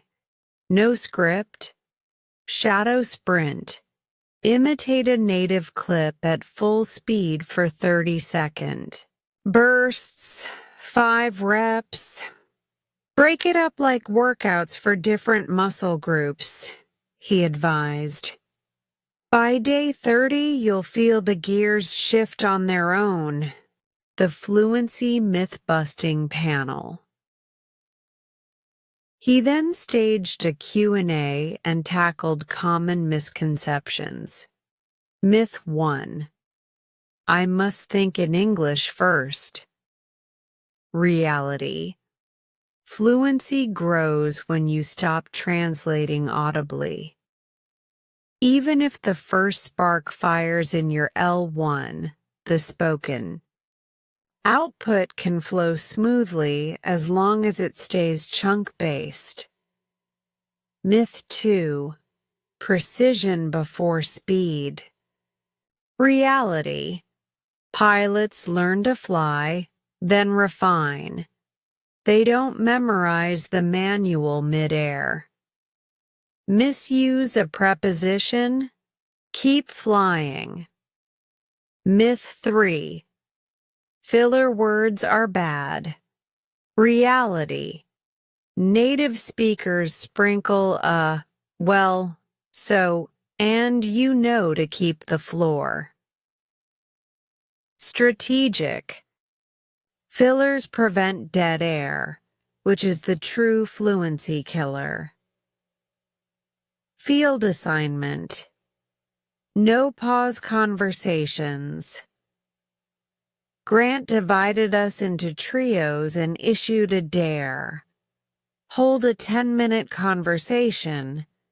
Each time anyone paused longer than a second, the other 2 yelled, "Gear grind!" and the speaker had to instantly produce any chunk, relevant or not, to regain flow.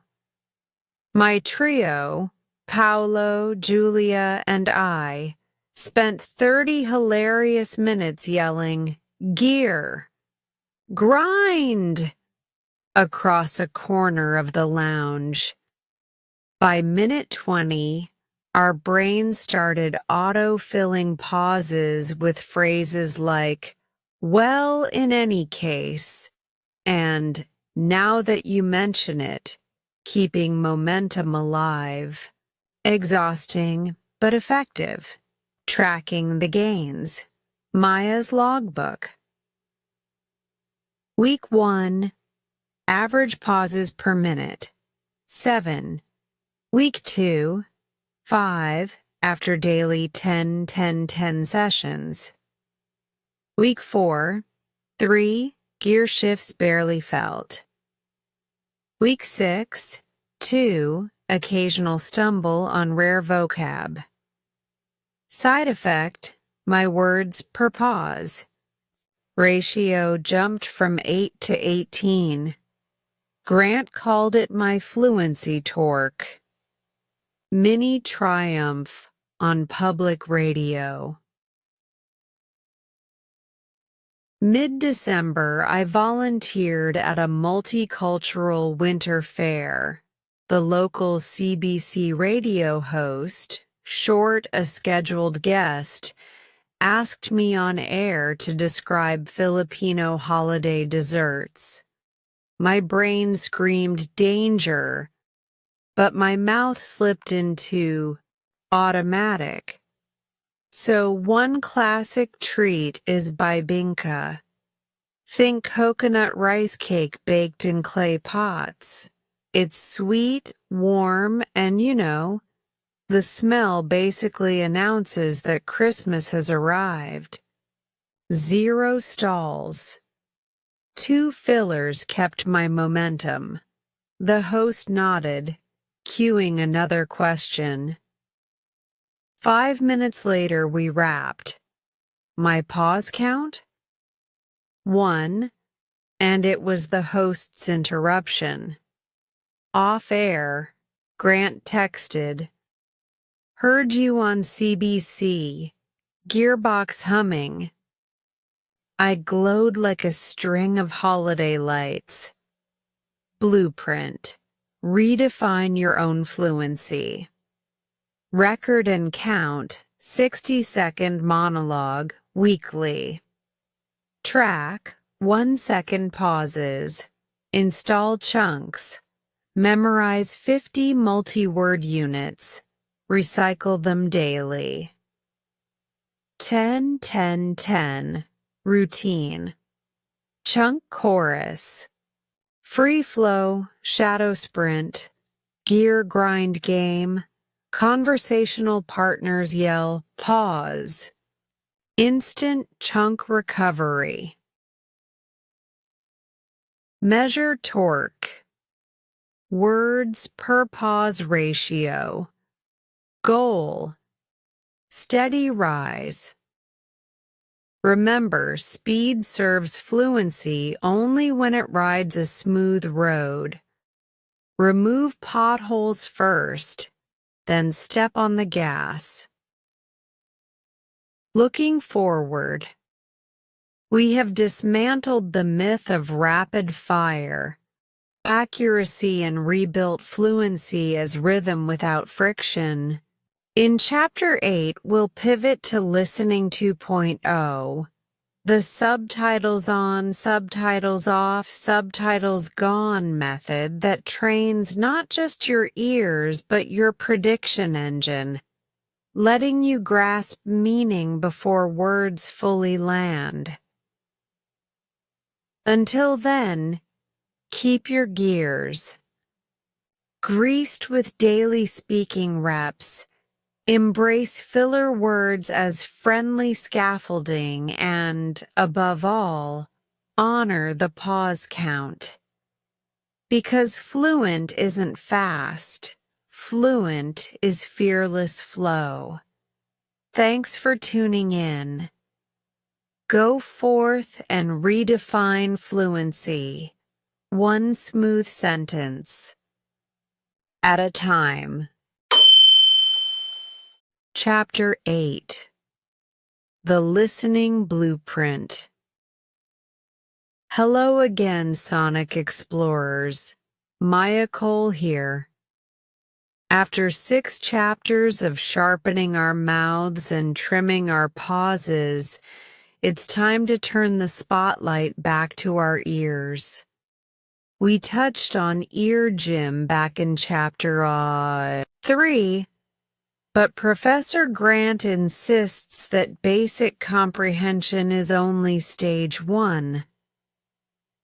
Stage 2, what he calls listening 2.0, is the art of hearing ahead of the speaker, predicting meaning before every syllable lands, and catching nuance that hides between the lines. Prepare for a deep dive into his method. Subtitles on, subtitles off, subtitles gone. I'll walk you through the science, the schedule, the inevitable plateaus, and the field tests that proved the blueprint works, even on rapid-fire Scottish newscasters and mumbling movie actors.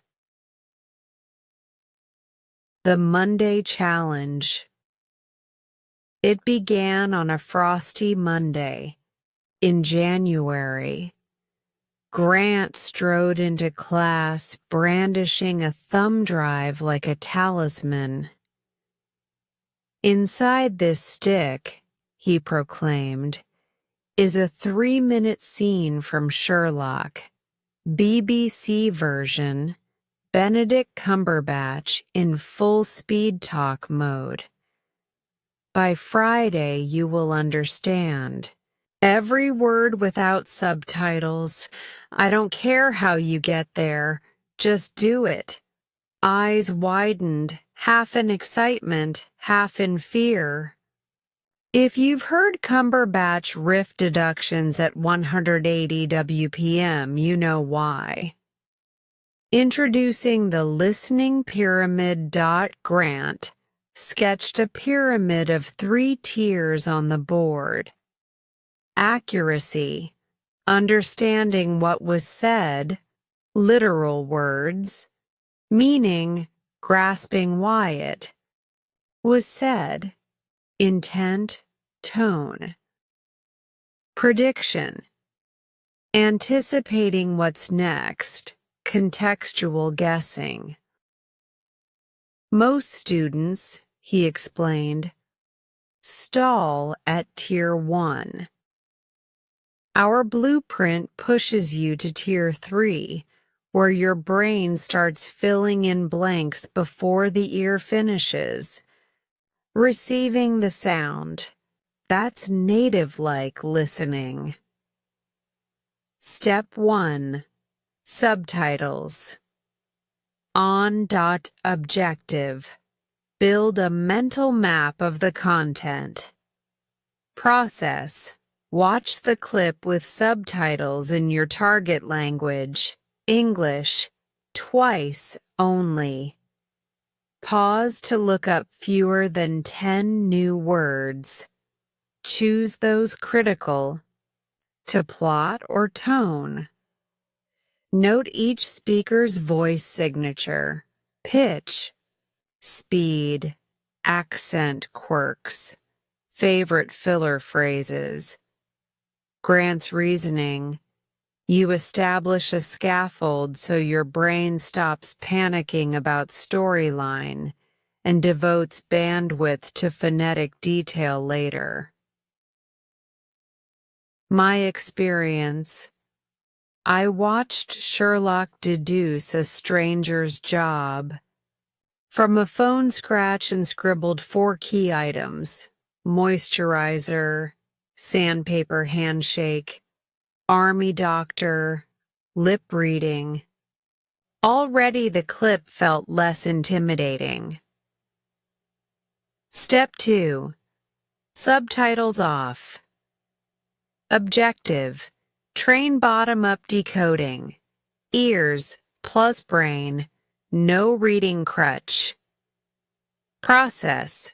Replay the clip 3 to 5 times without subtitles.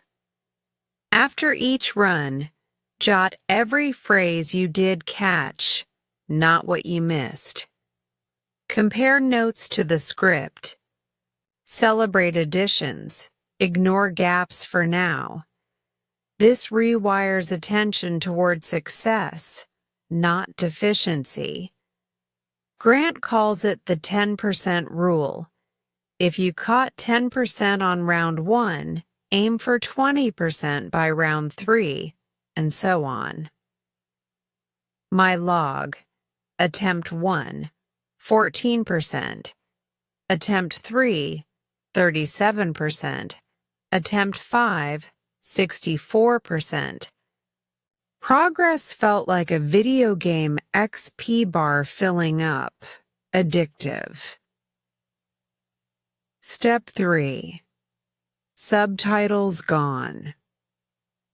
Objective. Achieve Tier 3. Prediction.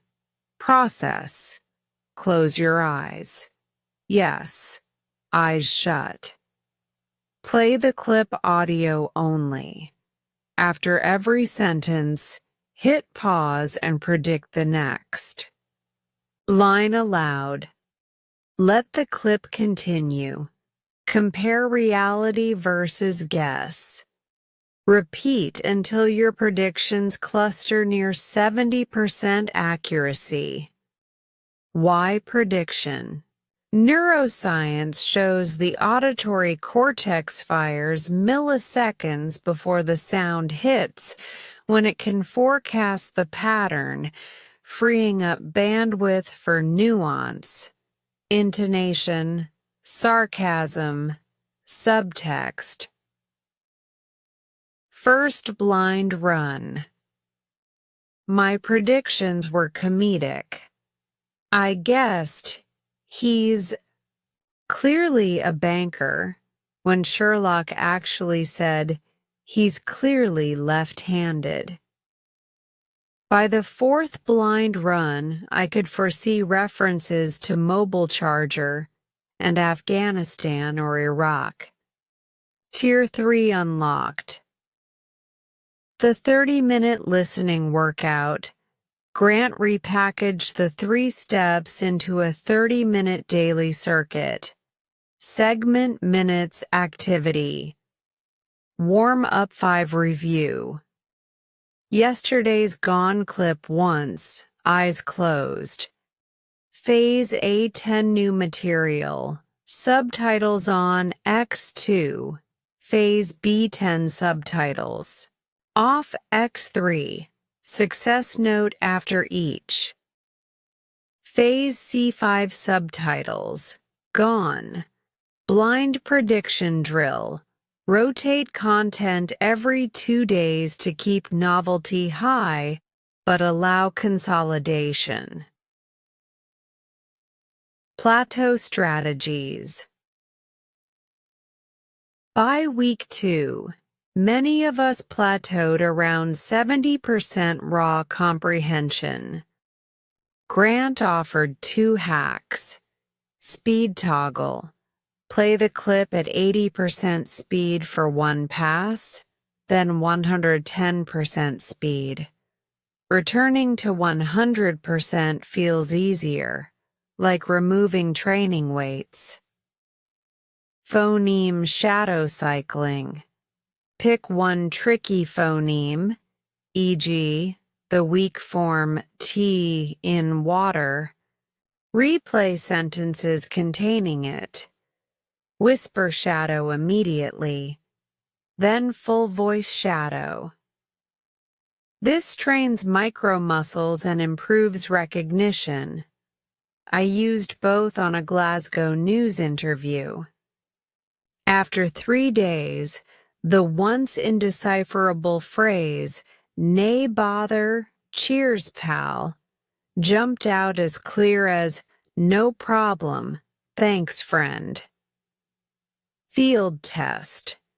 Movie night experiment.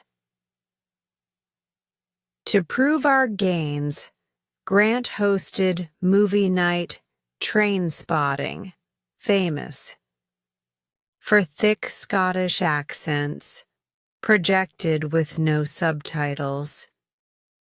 He paused every 10 minutes for pop quizzes. What drug did they mention? Why did Spud lose his job interview? Translate, it's shite being Scottish. scores averaged 80%. 6 weeks prior, we'd have scored near zero. Our ears had leveled up. Beyond accuracy, mining emotion and culture. Listening 2.0 isn't just decoding words.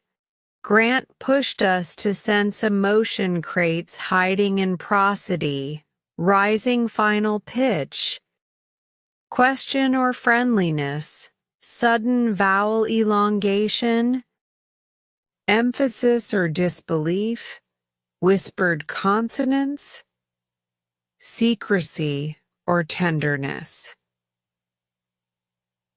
We practiced with BBC radio dramas, marking mood shifts on scripts like musical dynamics, forte, piano, crescendo. My notebook looked like a conductor's score. The results: Maya's metrics. Sherlock clip, from 14% to 98% comprehension in 6 days. Words per minute recognized, WPMR. Baseline 120. 165 after 4 weeks. Prediction accuracy, blind guess success. 18%, 72%. Confidence. Index, my subjective fear level hearing fast dialogue dropped from 910, 310. Side bonus, my speaking became more idiomatic because fresh phrases seeped in via listening osmosis blueprint summary. For you, choose 2 to 3 minute clips, series scenes, interviews, vlogs, varied accents. Day 1. Subtitles on X2, limit new word lookup to 10. Day 1 to 2, subtitles off, 3 passes each day. Log wins only. Day 2 to 3, subtitles. Gone. Blind prediction until Dachi 70% foresight. Replace clip every 2 days. Recycle old clips weekly to track retention. Measure WPMR monthly. Play random podcast. Count recognized words in 1 minute. Add emotion mapping. Once accuracy, 85%. 30 minutes daily for a month will rewire your auditory cortex faster than any traditional listen and repeat workbook. Looking ahead, we have now upgraded our ears to predictive engines. In Chapter 9, we'll pit those engines against real-world chaos. Think street festivals, subway announcements, and multi-accent Zoom calls, and test whether vocabulary plus fluency plus listening 2.0 can survive in the wild. Until then, keep subtitles as a strategic tool, not a permanent crutch. Celebrate every micro% of extra clarity. And remember, the goal isn't just to hear English, it's to anticipate, interpret, and enjoy it in real time. Thanks for staying tuned, and Mayuri. Next fast-talking TV detective feel just a little slower. Chapter 9. Testing the Upgrades. Good morning, upgrade enthusiasts. Maya Cole here. We've spent 8 chapters bolting new parts onto our language machine. sharper ears, smoother gears, a bigger word engine. Today, the question isn't how we improved, but whether the machine works outside the garage. Welcome to Testing the Upgrades. 3 stress tests, 1 scorecard, and a handful of surprises you can recreate on your own streets, screens, and subways. Stress test number 1. The Street Festival Gauntlet. Setting: Toronto's Caribbean Carnival Parade. Steel drum bands, jerk chicken smoke, 500,000 revelers, at least a dozen English accents colliding like bumper cars. I arrived, armed with 2 rules. Hold 5 unscripted conversations. 60 seconds each. No pause longer than 1 second. No asking for repetition more than once. Conversation 1. Jamaican vendor. I ordered jerk tofu. Yes, tofu. The vendor's patois rolled fast. You want the mild sauce or the wicked hot, me friend? Prediction engine kicked in. I caught sauce. And hot before the consonants finished vibrating. I answered, let's go wicked. Life's short. He laughed. Pause count. 0, conversation 2. Scottish tourist. He'd lost his phone. Thick Glaswegian vowels. My battery's deed, Ken. A phone booth? I repeated key noun. Phone booth? Gesturing east. He followed easily. Comprehension about 85%. 1 repeat request. Conversation 3. French-Canadian singer. She promoted her band. We're on at 3 o'clock by the beer garden. No subtitles, no Google Translate. Ears handled the code switch. Smoothly. I logged 2 more chats. Trinidadian drummer, Irish backpacker, and walked away smelling of nutmeg, grinning like a child. Metric sheet, metric June, pre-upgrades. Now.avg.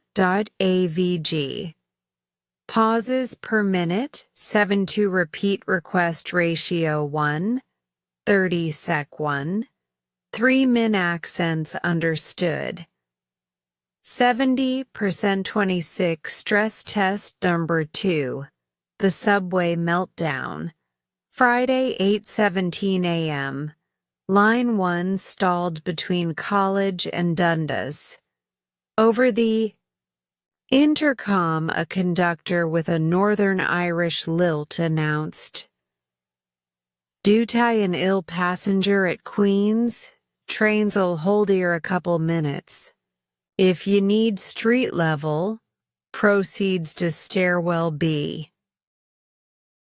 6 weeks ago, I'd have decoded maybe ill passenger in couple minutes. This time, every syllable landed. Prediction even filled the bureaucratic jargon before it arrived. I guided 3 confused commuters to stairwell B and discovered an unintended bonus. Comprehension breeds altruism. You help others because you're no longer fighting to help yourself. Stress test number 3. The Multi-Accent Zoom Summit.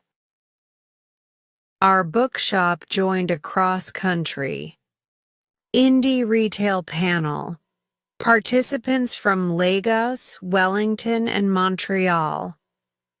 Latency, crosstalk, variable mics, maximum chaos.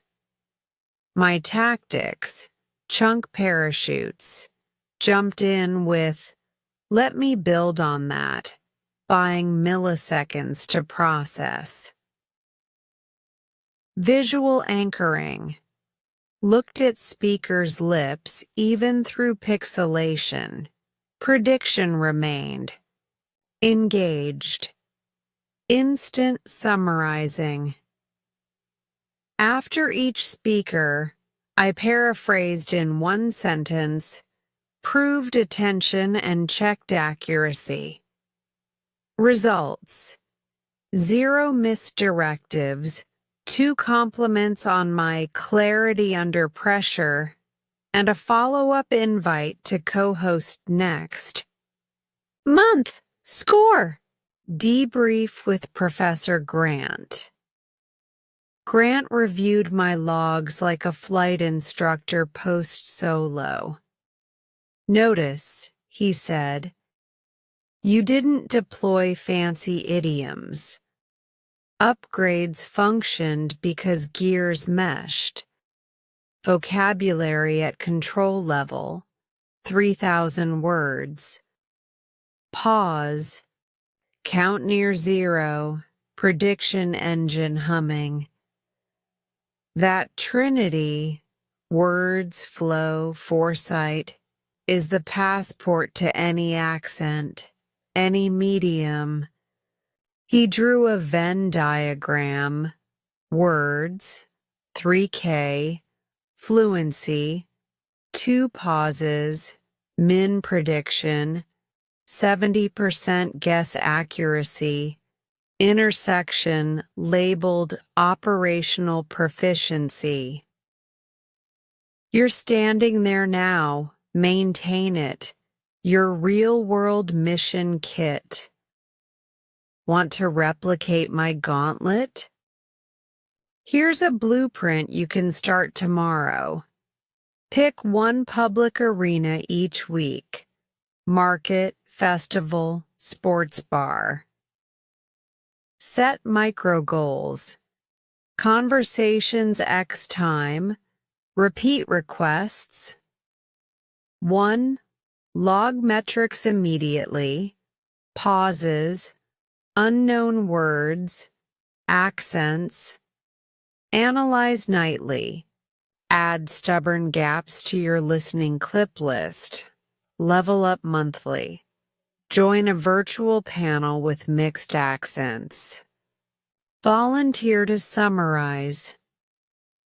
Gear tracking sheet, date, location, accents, pauses, min, repeats, unknown words. Fill it for 30 days. Watch columns shrink. One last surprise. The Irish couple returns. Remember Mr. and Mrs., 2 flat whites and Ulysses? They reappeared last Saturday, friends in tow. Without thinking, I greeted them in a gentle Dublin intonation. Grand day for browsing, isn't it? Their jaws dropped. Ours met in shared laughter. They asked for Dubliners this time. No loop, no panic, just commerce with a side of camaraderie. Closing thoughts. Upgrades only matter if they survive stress. The street festival, the subway, the Zoom summit, and the returning Irish customers proved the toolkit works beyond classrooms and scripted podcasts. In the next and final chapter, Chapter 10, Wrap Up and Call to Action, I'll distill every lesson into a 30-day roadmap you can follow from zero to operational proficiency. Until then, grab your clipboard, step into noisy reality, and test your own upgrades. Because language, like any software, must be beta tested in the wild before it's truly yours. Thanks for riding shotgun on today's field trip. Now go start one of your own. Chapter 10. Wrap Up and Call to Action. Hello again, fellow language travelers. Maya Cole with the grand finale of our Unlocking Languages series. Over the last 9 chapters, we tuned our ears, trimmed our pauses, stretched our vocabulary, and road-tested the whole machine at street festivals, on stalled subways, and in Zoom free-for-alls. Today, I'll stitch every tool into a single 30-day roadmap, show you how to track progress with ruthless honesty, and, most important, challenge you to press record on your own journey starting today. Where we've been. Chapter 1. A. Fresh Beginning. Manila to Toronto. Terror to Curiosity. Chapter 2. The Bookshop Misunderstanding. Irish Accent Meltdown. Birth of the Ear Gym. Chapter 3. Ears in Training. FRESH Routine. Shadow Drills. Contrast Clips. Chapter 4. Speaking to Absolute Beginners. 3-Word Magic. Lego Sentence Mindset. Chapter 5. Milestones in Vocabulary. 800. 1-600. 3,000 word rungs. Spaced repetition, plus semantic hooks. Chapter 6. The Potluck Revelation. Fluency. Flow X Confidence. 4 3-2 sprints. Chunk Arsenal. Chapter 7. Redefining Fluency. Pause Mapping. 10-10-10 Speaking Routine. Gear Grind Game. Chapter 8. The Listening Blueprint. Subtitles On, Off, Gone, Prediction Tier, Emotion Crates. Chapter 9. Testing the Upgrades. Street Festival Gauntlet. Subway Meltdown, Multi-Accent. Zoom, Irish Couple Victory Lap. You now hold a toolbox that covers sounds, words, rhythm, and real-world stress. The only missing ingredient is consistency. The 30-day operational proficiency plan. Below is the exact schedule Professor Grant sketched on the back of a coffee shop receipt and handed me with one sentence. Follow this for a month, then bring me your pause count. Adapt the times, but keep the ratios. Daily core, 45 minutes total. Ear gym, 15 mean.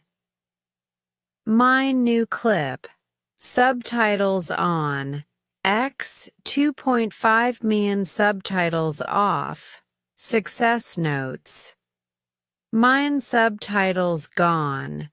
Blind prediction. Mouth dojo. 15 mean. Mine chunk chorus. Recite 10 fixed expressions with emotion shifts. Min shadow sprint. Imitate native clip at full speed. 30-sec bursts. X 5.5 min free flow. Talk aloud on any topic. No stops. Word harvest. 10 min. Log 5 to 10 new words from life. Encode with image and personal sentence in Anki micro review. I fight the min. Quick spaced repetition pass. Kill today's leeches. Weekly boosters. Day booster goal mon pause mapping. Record 60-sec rant. Count 1s pauses.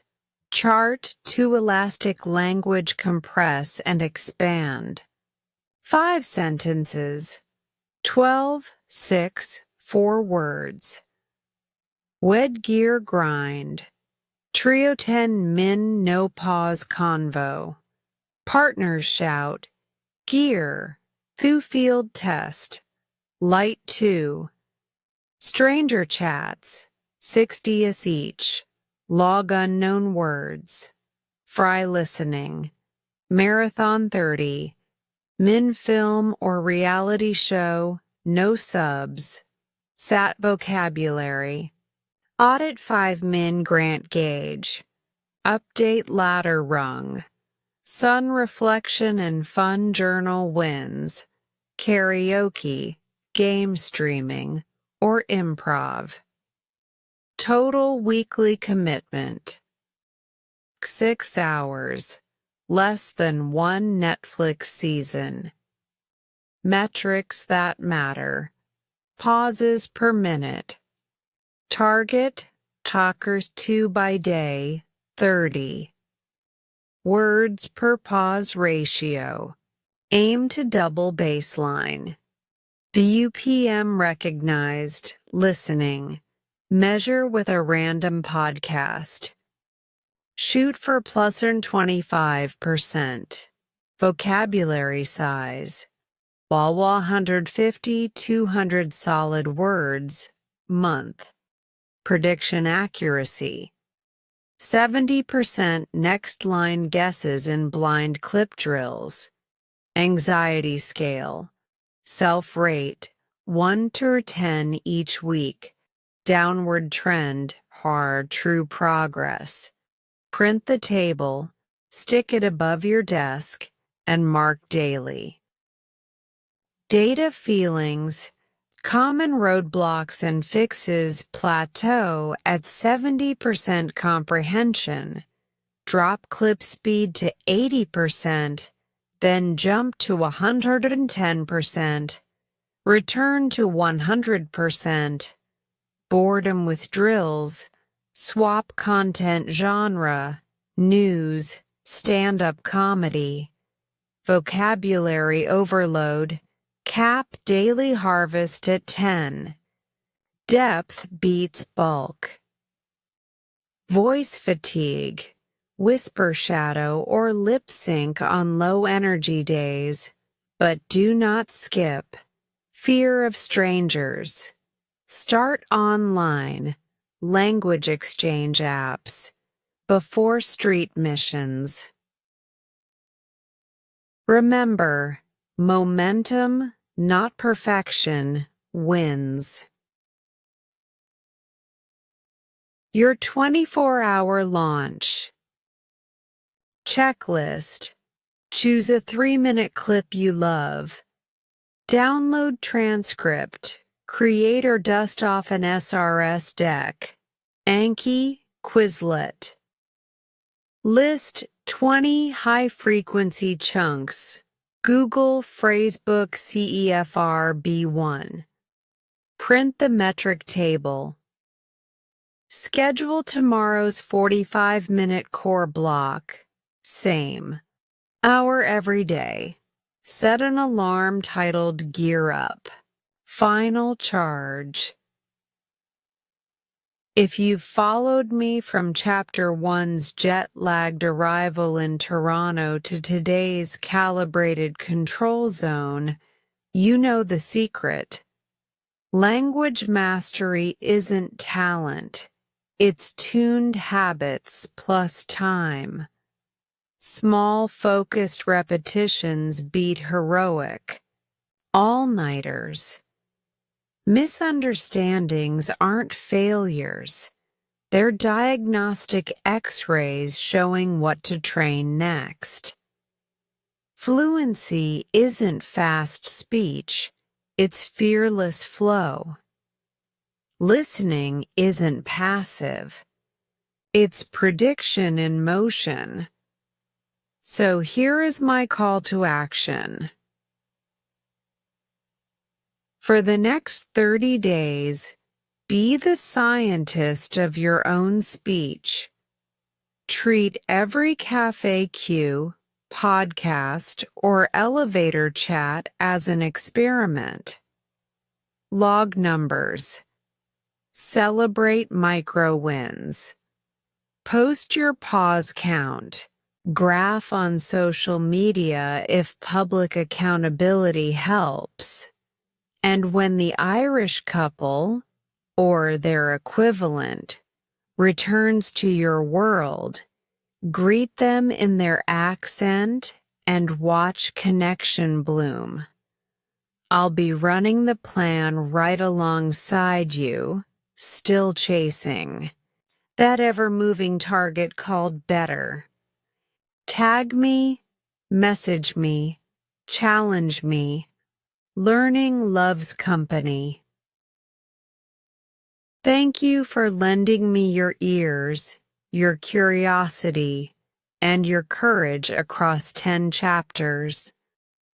Now shut this video, set that timer, and go unlock the next language door. The key is already in your pocket. See you on the other side of day 30. Great work today. Every moment you spend practicing brings you closer to mastering your English listening and speaking skills. Remember, progress comes with patience and consistency. If this story inspired you or helped you in your learning journey, don't forget to like, share, and subscribe to Easy English Spark channel for more lessons and stories. Keep listening, keep speaking, and keep believing in your growth. I'll see you in the next video. Take care and keep shining.